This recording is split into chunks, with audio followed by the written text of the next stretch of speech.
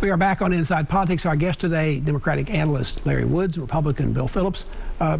Gentlemen, some of the issues that might divide the country in the midterm elections next year appears to be one, abortion. There's at least 2 cases before the Supreme Court that might overturn the Roe v. Wade case.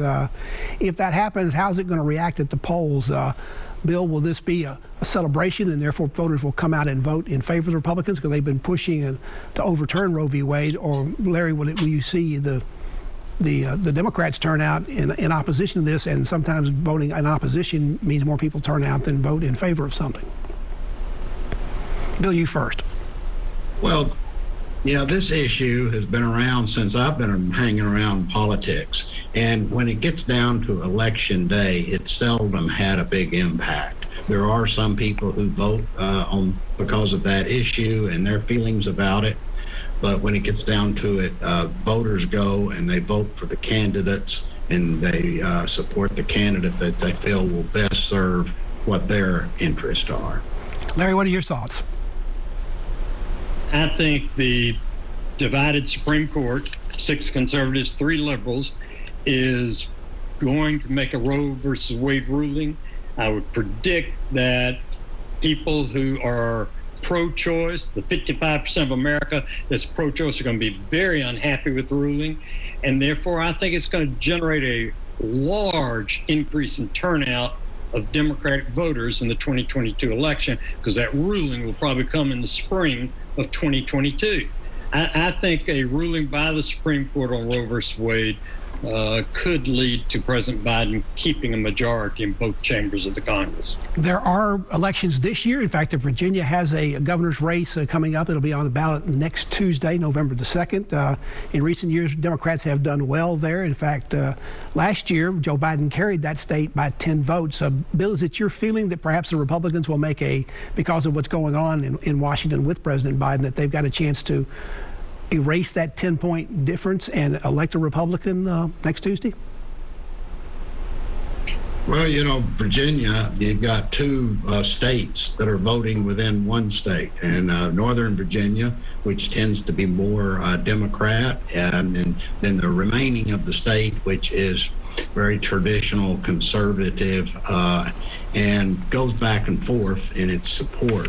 It's extremely close, but I suspect that if the Democrats had come out with a new face, they would have a better chance. And it could be that we're going to see a Republican governor. Larry, if the Republicans win up there, is it because the Democrats have waited too late to pass either one of these infrastructure bills in Congress? And if the Trump-endorsed candidate wins in Virginia, then isn't that about the worst possible outcome? Or for President Biden and the Democrats going in as an augur for what might happen next year? I agree with the first thing you said 100%, Pat. My Democrats have fumbled the ball by either not going into passing the infrastructure bill 3 or 4 months ago, or by maintaining better communication to the public about what's really going on. To the nation at large, it looks like the president's not getting anything done.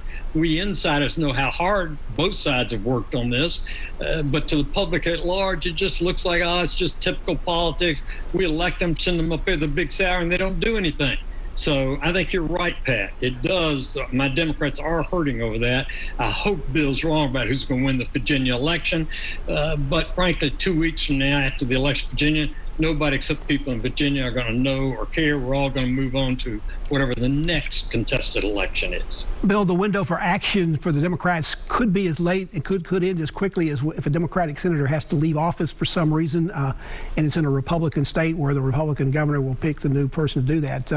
That being the case, Democrats' window to act is very, very short. It could end, it certainly probably end in 2022 in terms of being able to get anything done in Congress next year.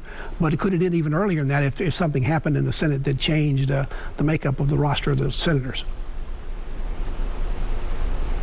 Oh, absolutely. And, one of the things that President Biden is faced with is that he cannot afford to lose a single Senate vote. And if something were to happen and there was an appointment after an election with a Republican governor, I think we'd see a split Congress.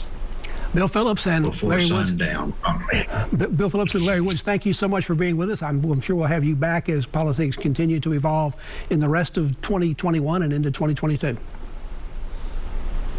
Thank you. Thank you. That's Inside Politics for this week. Thank you so much for joining us. Hope you'll be back here again for a future show. In the meantime, if you need more politics, you can go to the News Channel 5 website. You'll find my Capitol View commentary there. There's a new commentary posted every Friday afternoon. Enjoy the rest of your weekend, and we'll see you here next time. Goodbye.